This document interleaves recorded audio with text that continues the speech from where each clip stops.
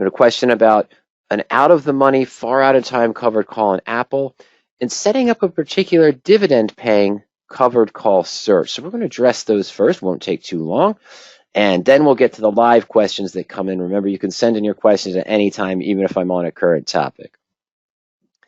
Octavio sent us this question this afternoon. So can you share your opinion on this example below? Buy 300 shares of Apple at 174. Sell 3 January 2025 calls, January 17, for the 195 strike.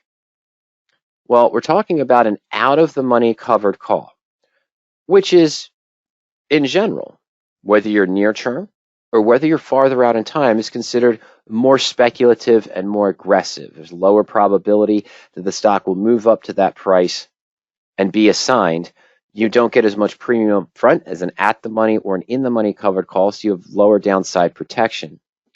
And this call is 518 days out in time, so you essentially have a lower annualized return compared to selling month by month or every 6 months, for example, or maybe even year by year in that case.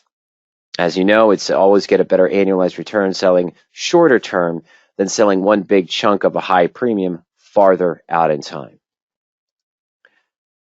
The specific and profit and loss of Octavio's strategy, or Octavio's trade that he mentioned here, we'd be buying shares of stock at 174. Now, this might not be the exact price Octavio would have gotten when he was researching the position when the stock was trading at 174.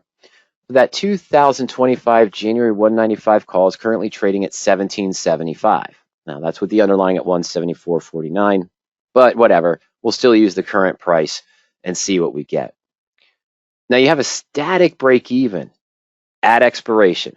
Not tomorrow, not the next day, but it's a static break even of 156.25. Why do I mean that that's not the static break even? Well, tomorrow, if the stock falls $3, this option is going to retain most of its time value. It still might be priced at around $16, only decline $1 or so. So if you look to liquidate at that time, you might be at a loss, right? You can see that here. This is the halfway point, this curved red line. You see you enter the red at a loss point. If we looked at the curved red line for just 2 days out in time, we might be entering a loss around here, somewhere in that time frame. We'll look at that later on the profit and loss chart. But yes, we have a break even of 156.25. Static return, if assigned 518 days away, is 24.8%. Annualized, that's a 17.5% return.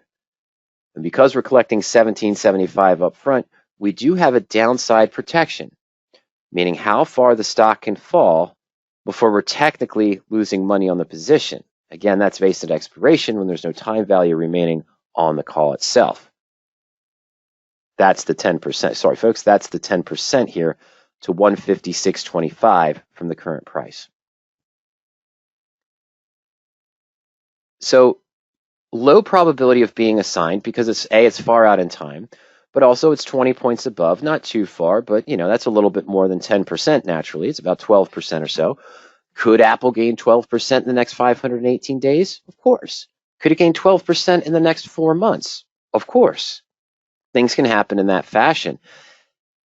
It's not likely that you'd be assigned this far out in time, even if Apple did go back up to 200 or 205 or 210 sometime in the next 4 months, with this call being 518 days out in time. Your liquidation value wouldn't be near this either, because this is going to retain most of its time value unless it goes really, really deep in the money, meaning Apple being up at probably 270, 275, 280. Hey, no problem, but you're still sitting on it for 518 days likely before this gets closer to full intrinsic value. And you can buy to close the call at just intrinsic value, sell to close the stock, and realize close to that 24.8% return. And be waiting on it for a long time, in other words, before that time value decays one way or the other. Makes management and rolling not impossible, but difficult. So your game plan, Octavio, would likely be, as you mentioned, you didn't mention this in your email, but as you were thinking, is you might just put on this trade and walk away. Not even look at it for 400, 500 days And if, hey, in 500 days or so, the stock's above 195, you're going to make 24.8% or 17.5 annualized percent return. And as long as it doesn't drop more than 10, 12% at one given point, probably even more than 15%, you're not really concerned about it because you're only losing 4 or 5%. It's not necessarily a true fire and forget trade, but that might be what's on your mind with the metrics that you have. Again, this won't be easy to adjust because it's going to retain some of that time value. We'll talk about that more in just a moment. But I want to skip ahead real quick before we jump over to Power Options, before we compare different a little search evaluation there. We're going to continue with the Apple discussion, and then we're going to look at the time value for the option and what we'd expect risk-reward wise. But another question did come in via email, not via email, but via email from Shashir. He says, I want to set up a search on Power Options for in-the-money covered calls which have an upcoming dividend and the time value is 1% on a monthly basis. Time value can be proportional lower if expiration is less than a month. Okay, well, no problem. Let's go ahead first, though. We'll get Shashir's question in just a moment. We're going to follow up with some of the concept I alluded to on Octavio's question by going to the Power Options suite of tools. And where I want to start off here is we're just going to build that Apple spread once more. We're going to go to the custom spread tool. And we're going to purchase our shares of Apple, just at 174. Not the quantity. We're going to do 100 shares, my apologies, at 174. Now, what are we looking to do? We're going to sell an out of the money January 2025 195 call, which remembers 518 days out in time. And we're just going to use a price near midpoint of 1775, just to reflect what we saw in the previous profit and loss chart on that slide. And there again, we see our values for the position. We have that 24.8% potential return if assigned at 518 days, which works out to that annualized return of 17.4%. We had a downside, as we saw, 1775 divided by 174 equals 10.2% downside protection. How far the stock can drop before technically losing money on the position, that 156.25. Now, I had mentioned that, of course, the break even here at expiration. At the halfway point, 262 days away, May 6, 2024, we see that we hit a loss sooner. And that's because, 159.70, we're at $133 loss. And that's because the option would still retain a lot of time value in that case. So yes, we collected 1775 against it, and at expiration, the break even is 156.25. But down below our profit and loss chart here, we can run our what if scenarios. And let's say, I'm going to say 174.49. I'm going to say 171, I think, in the next 30 days. So let's say Apple continues to slide. It drops down to 131 sometime around September 10th, September 15th. Let's go September 15th. So let's go ahead and calculate that.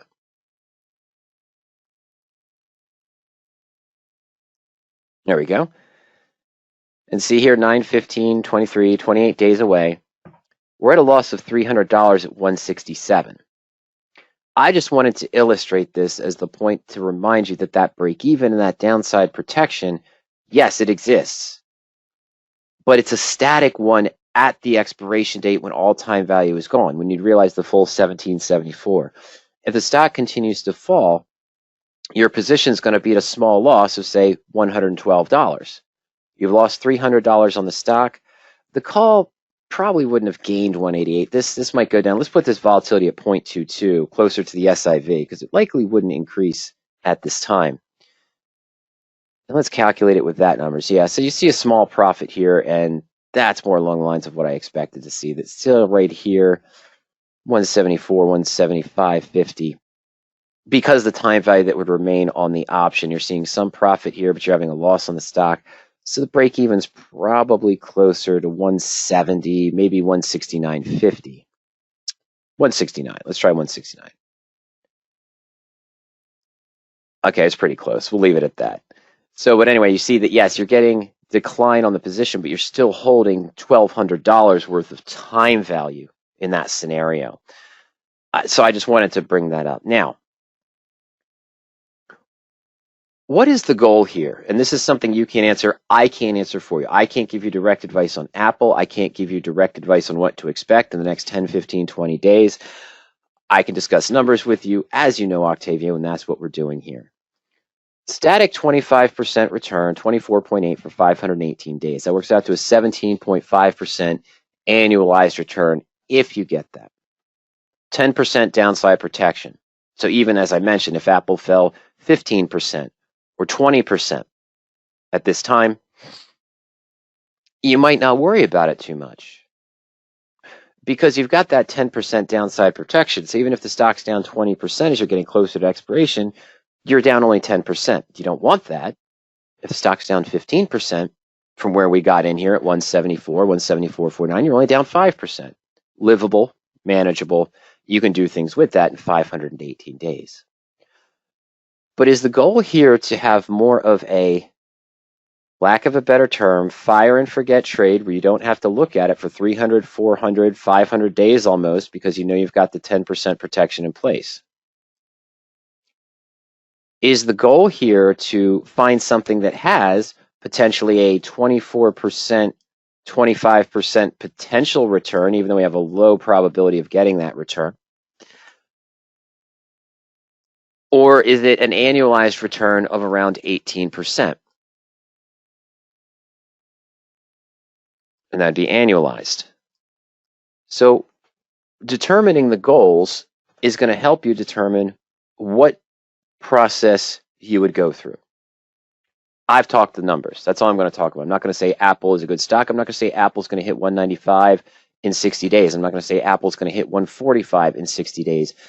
You know the downside risk of this position. If Apple goes back to 100, for example, you know where you're going to be. You've kept $17.75, but you've lost $74 on the stock. You'd probably be rolling at that time. You could probably roll down that call in this case and keep going. Why I'm bringing this up is because I wanted to address just 3 quick things with you. And we're going to use the search to do this, and then we're going to get to Shashir's question, but we're going to show the power of the covered call search to do something pretty simple and pretty easy.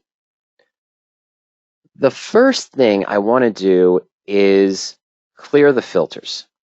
That's going to empty everything out from our default screen, the monthly picks of the day, for the 30-plus option criteria that you can screen by, including return, applied volatility, bid and ask spreads, delta, in or out of the money, liquidity, volume, open interest, and more. And 15 to 20 different stock technicals, stock fundamentals, and the lists as well.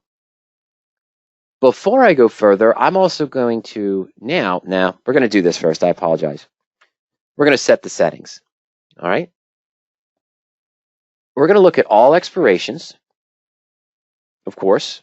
So we're going to do a comparison. Now, I didn't show this, but using the stock research tool, currently, your 195 call is 11.8% out of the money from the current price of 174. So I'm going to put a percent out of the money range of 11 to 12%.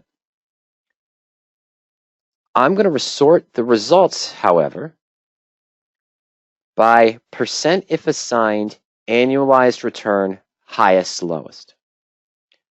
And I'm just going to look at the fundamentals. And we have a field here for just search by stock symbol, and I just want to see AAPL. And naturally, what do we expect to see? Well, we see some things with little or to no option premium, 11% out of the money. But I ordered it from highest, percent if assigned, annualized to lowest. So naturally, see the highest annualized returns here are not shown. So we got to do one more thing. Change the columns. This allows us to customize our view in any strategy, not just the covered calls. We've got percent if assigned midpoint. We've got that downside protection I mentioned. But I also want to see if assigned annualized midpoint, percent downside protection. We also should have the percent if unchanged selected And I also want the percent if unchanged annualized. Now, before I submit that, I want to change the column order. I want my annualized near. They're different ones. So we're going to move percent if assigned annualized up to percent if assigned midpoint. Percent if unchanged, annualized right after percent if unchanged midpoint. Percentage downside protection to the annualized as well. All right, now, these here are just, this is not what you want. I know that. These are week by week positions with a small premium because you want it to be 10, 11, 12% out of the money, looking for the higher downside protection while still getting a good return. So let's just use that. Let's say we want, with all the expirations available going into the next page, the 518 is the third to last one as far as annualized return goes, both percentage assigned of 24.4 and percent if unchanged of 11.4%. It is the first one with a static 10% downside protection. Okay, so what's the goal here? If my goal to simplify this, Octavio, you gave me one example. What I'm trying to get from you, and not today, you don't have to follow up today, but what I'm trying to get you to ask yourself and see for yourself is, I grabbed a position where I'm getting 10% premium up front.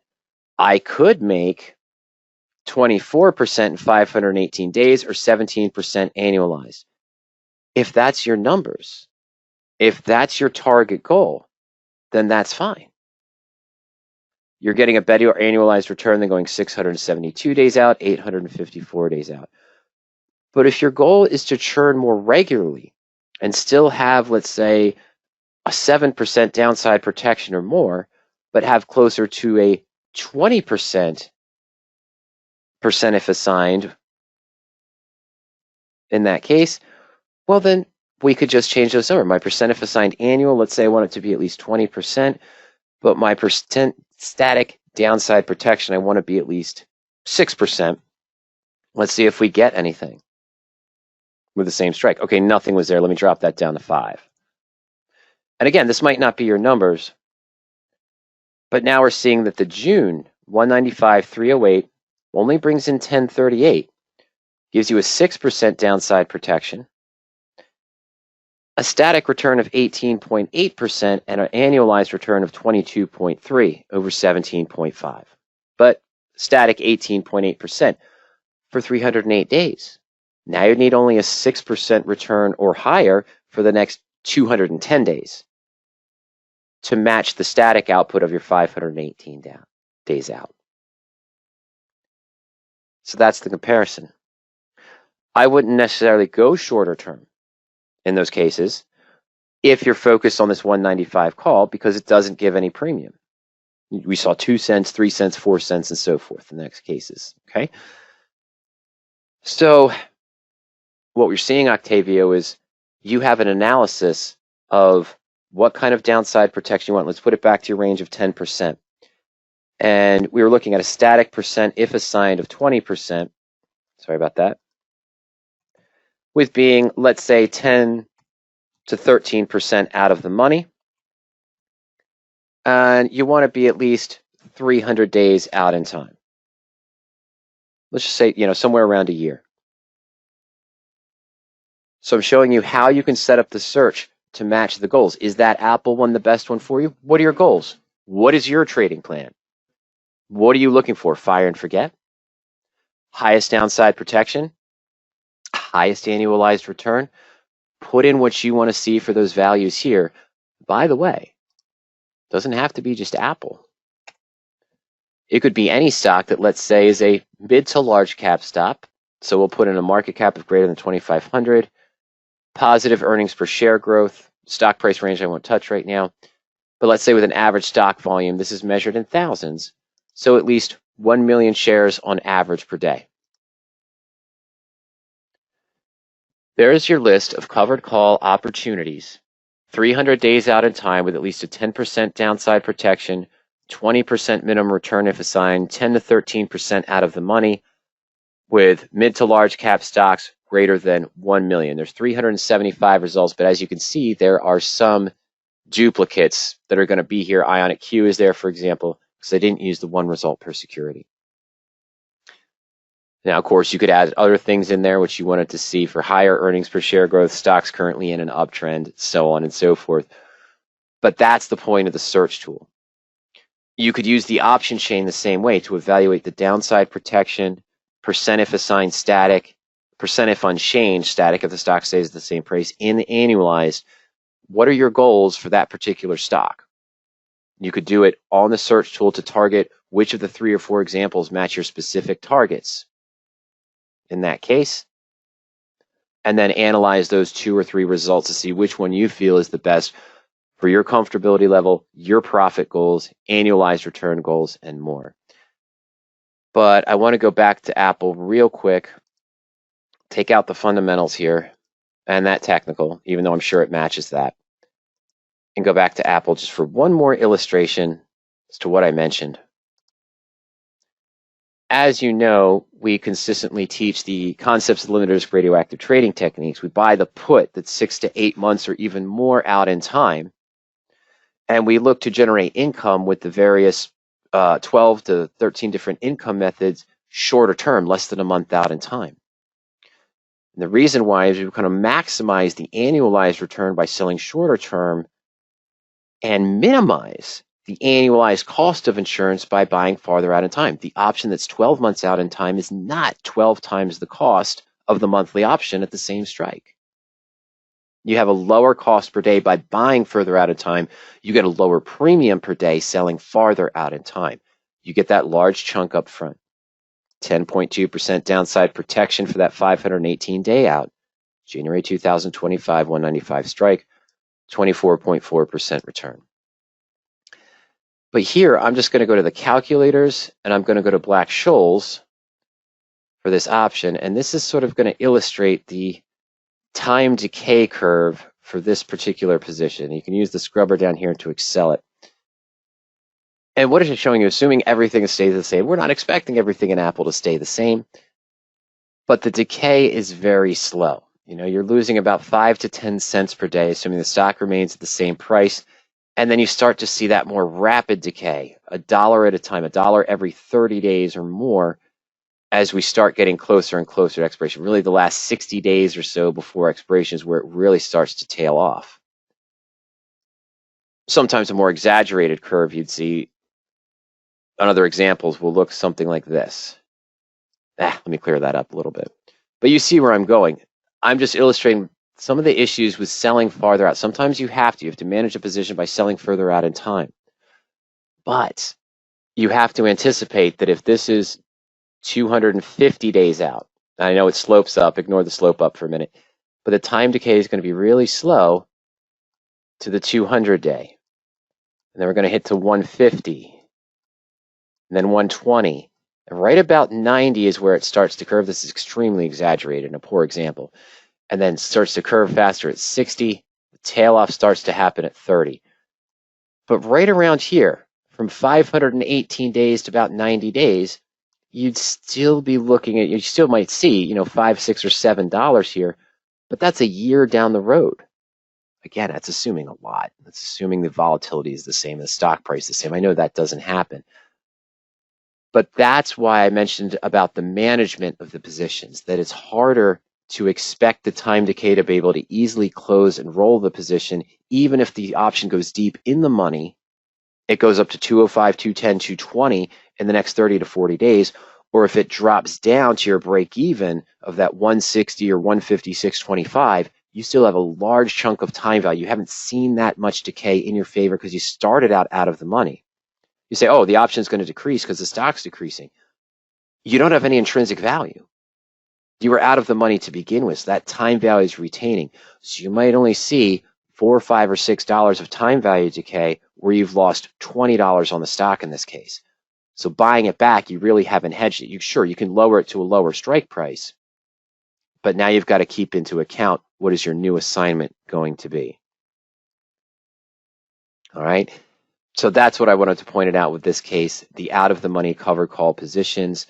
The difference of how you can analyze easily or with a few clicks how the better annualized return comes if you're selling month by month by month. If you're selling Apple at the money month by month by month, you see higher annualized returns than what you're seeing here, though you wouldn't have the static upfront downside protection. So that's why I brought up those 3 points. What are your goals for this approach? Fire and forget trade, leave it alone in your portfolio for 300, 350, 400 days, 450 days without even looking at it, knowing you have a 10% downside protection in place, and you could potentially make 24.4% 518 days. Or do you have some other target goal in mind that you want to see based on downside protection, the premium collected against the stock price, potential return, and annualized return value while being some range out of the money? You can set up the search and look for it one stock at a time using that fundamentals search by symbol view to see for yourself which positions match and then which one of these 3 best suits my goals for what you're trying to accomplish in your portfolio. All right.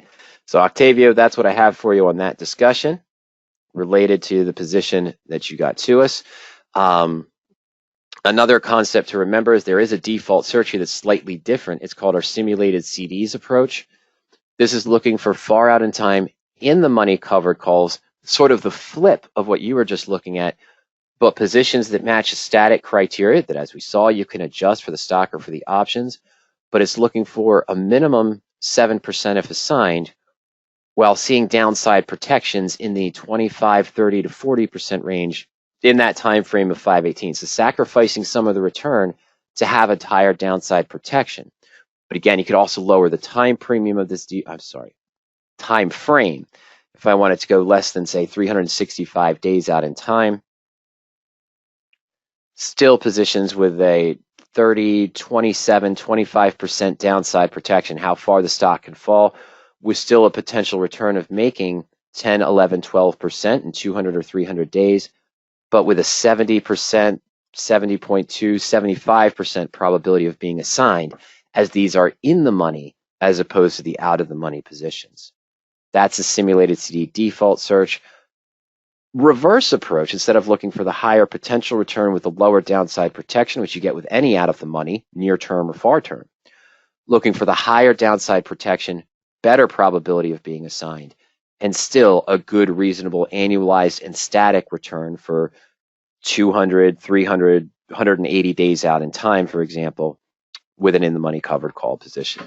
Again, nothing is fire and forget, but I use that term as this one is sort of our approach with the higher probability of going in the money in that case, if it matches the target goals you're looking for.